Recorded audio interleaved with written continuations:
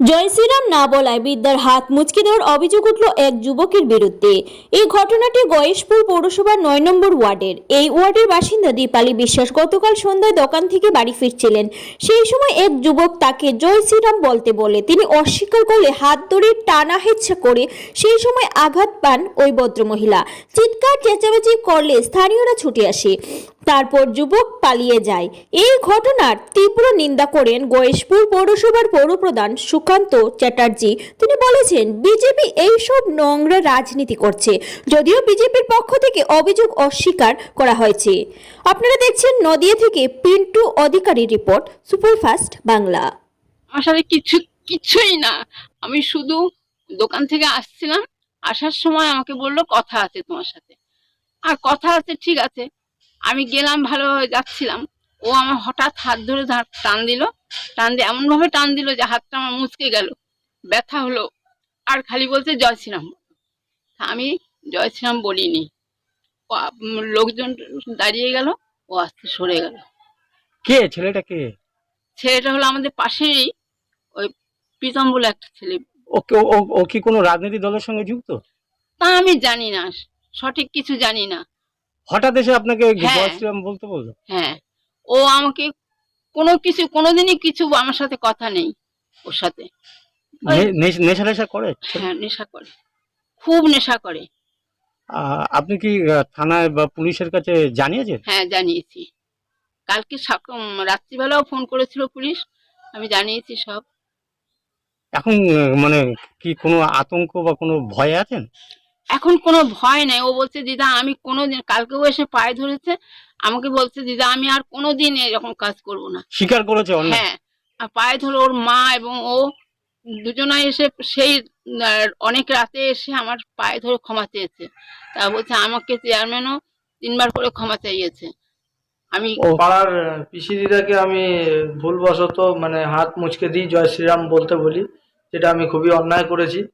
ঠিক আছে, আর এই অন্যায়ের জন্য আমি সবার কাছে ক্ষমা প্রার্থনা করছি। কি নাম তোমার? আদিত্য নারায়ণ ব্যানার্জি। কোথায় থাকো?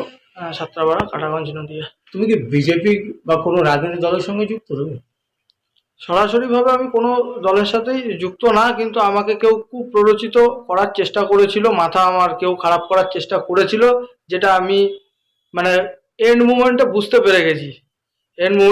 পেরে গেছি যে আমার এটা করা উচিত না, আমার পরিবারেরই ক্ষতি হবে। কারণ আমার পরিবার দিদির সমস্ত সরকারি প্রকল্প তো পেয়েছে। এবার তখন আমার মাথাটা হঠাৎ করে যখন আমি বুঝতে পারলাম, আর এই আমার তুমি বলছো যে কেউ তোমাকে এটা কেউ প্ররোচিত করেছিল। ঠিক আছে, এবার এখন আমাদের এই যে মাননীয় যে স্যার আছে, উনি আমাকে ব্যাপারটা থেকে ক্লিয়ার করতে আরো বেশি সাহায্য করেছে। আমি তো বুঝেছিলামই নিজে থেকে যে আমি ভুল করেছি। কোথায় থাকো? থাকি এই সাতরাপাড়া, কাটাগঞ্জ, নদিয়া। নম্বর ওয়ার্ডের আজকে এক বৃদ্ধা, 70 বছরের ওপরে বয়স, তিনি আজকে কমপ্লেন করেছেন থানায় যে আমি জানিও না, সে ব্যাপারে আমাদের কিছু বলেননি। সে ভদ্রমহিলা অভিযোগ করেছেন যে একজন ব্যক্তির নাম জানি না, বিজেপির আজকাল যারা তৎকালীন নেতা হোক কর্মী হোক, তাকে বলেছে এই জয় শ্রীরাম বল। তা সে ভদ্রমহিলা বলেন, সে বলেছে আমি কেন জয় শ্রীরাম বলবো, এখন এইরকম ঝামেলা চলছে এই নিয়ে। তখন তার হাতটা মুচড়ে দিয়েছে। 70 বছরের ঊর্ধ্ব মহিলা, তিনি আমার কাছে কমপ্লেনও কিছু জানাননি, তিনি সোজা থানায় গিয়ে কমপ্লেন করেছেন এবং আমার কাছে কিছু সাংগঠনিক ছেলেপুলে এসে বললো দাদা আমরা একে মারবই, আপনি এর মধ্যে পড়বেন না। আমি বললাম যে দেখো মারধর করার তো ঠিক হবে না, পুলিশের মতো ব্যবস্থা নেবে। সেটা বলতে বলতেই আমাদেরই দলের এক কর্মী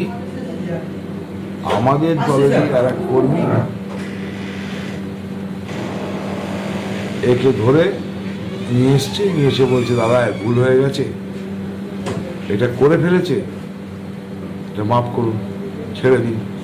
দেখা যাচ্ছে আপনার এই প্রশ্নে যে ওনার অভিযোগ যেগুলো, তৃণমূল কংগ্রেস গয়েশপুরের রাজনৈতিকভাবে দেউলিয়া হয়ে গেছে। আর কোনো ওনাদের কথা নেই। এখন রাজনীতি কি করবে, সাদা থান এসব ফাটাবো আমরা, আমাদের খাইয়ে দিয়ে কাজ নাই। আর যদি বলেন তাহলে তৃণমূলের অবস্থা ভাবুন, কিভাবে নিম্ন স্তরে নিম্ন মানসিকতার নিচের মধ্যে নেমেছেন ওনারা। যে ওনারা যে রাজনীতিটা এতদিন করে এসছেন, সে আমাদের ওই অ্যালিগেশনও সেই একই অ্যালিগেশন দেওয়ার ওনার আর আগে এগোতে পারছেন না। ওরা ওই রাজনীতি কিট কাপড়ের ধমকি দামকার এগোতে আমাদের যেটা কাউন্টার করবে সেটা ওই একই জিনিস, যেটা ওনাদের ধারা, সেই ধারার বাইরে এখনো তৃণমূল কংগ্রেস বেরোতে পারেনি। আমরা চাই গয়েশপুর সন্ত্রাস মুক্ত হোক। আমাদের লড়াই তো এগুলোর বিরুদ্ধেই। এতদিন এই পৌরসভা ভোটে আপনারা দেখেছেন তৃণমূল কংগ্রেস যারা যা করেছে। উনি যে এই পৌরসভা ভোটে চেয়ারম্যান হয়েছেন, সেই পৌরসভা ভোটে উনি কি করে চেয়ারম্যান হয়েছেন আমরা সবাই দেখেছে। কারা থান পাঠিয়েছে, কারা ধমকি দিয়েছে, সবাই সারা গয়েশপুর দেখেছে। আর ওনার এই রাজনৈতিক দেউলিপনা কথায় গয়েশপুরের চিরে ভিজবে না। গয়েশপুরের মানুষ জানে, যারা বিজেপি করে গয়েশপুরে প্রত্যেকটা কর্মী সমর্থককে মানুষ চেনে। মানুষ আমাদের দুহাত ভরে আশীর্বাদ করছে। আমরা জনসম্পর্কে বাড়ি বাড়ি যাচ্ছি, সেখানে আমরা তাদের শারীরিক ভাষা, তারা গোপনে বলছে আমরা আছি পাশে, কিন্তু এই লোকগুলোর ভয়ে এরা আমাদের ধমকি চমকা দিয়ে যাচ্ছে রাত্রিবেলা। আর আমাদের অত মেশিনারি নেই যে আমরা কাউকে গিয়ে থ্রেট করব, ওই মানসিকতাও ভারতীয় জনতা পার্টির নেই। উন্নয়ন, আপনারা উন্নয়ন দেখতে পাচ্ছেন, গয়েশপুরে কত উন্নয়ন হয়েছে। রাস্তাঘাট খুঁড়ে টুরে অবস্থা উন্নয়ন করে রেখেছেন উনি। কোটি কোটি টাকা এসছে, সেন্ট্রালের প্রকল্প এসছে, সে তার শ্রাদ্ধ করা হচ্ছে। কোনো প্ল্যান নেই, প্ল্যান ছাড়া গয়েশপুরে কাজ চলছে। নাগরিকদের পদে পদে অসুবিধা হচ্ছে, সেগুলো উনি আগে দেখুক। তারপর আর 20 দিন আছে ভোটের। ভারতীয় জনতা পার্টি গয়েশপুরের সাধারণ নাগরিকদের আশীর্বাদে ভোটের ফলাফল কি করে করবে ভারতীয় জনতা পার্টির নেতৃত্ব জানে। ওনাকে আমাদের শেখাতে হবে না রাজনীতি, উনি ওনার রাজনীতিটাই করুন। আমরা দেখতে পাচ্ছি ওনার কি করুন অবস্থা। সন্ধেবেলা পুলিশ অফিসারকে বলতে হয়, আন্দোলনে ওনারা এসেছিলেন শান্তনু ঠাকুরের অ্যাগেনস্টে, এসপি সাহেব অ্যাডিশনাল এসপিকে বলতে আপনি আমার মুখের সামনে থেকে সরে যান। আমরা জানি না কি গন্ধ বেরোচ্ছিল, সেটা তো আমরা শুনতে, হয়তো এসপি সাহেব বুঝেছেন কিছু। সেই দৃশ্য আমরা দেখেছি গয়েশপুরের নাগরিক। গয়েশপুরের চেয়ারম্যানকে কিভাবে অ্যাডিশনাল এসপি সরিয়ে দিলেন মুখে গন্ধ থাকার কারণে। এবার সুগন্ধ না দুর্গন্ধ আমরা জানি না, সেটা গয়েশপুরের মানুষ আপনারা বক্তব্য শুনে বিচার করবেন। আপনার নাম? আমার নাম বিশ্বজিৎ পাল, গয়েশপুর শহর মণ্ডল সভাপতি, ভারতীয় জনতা পার্টি।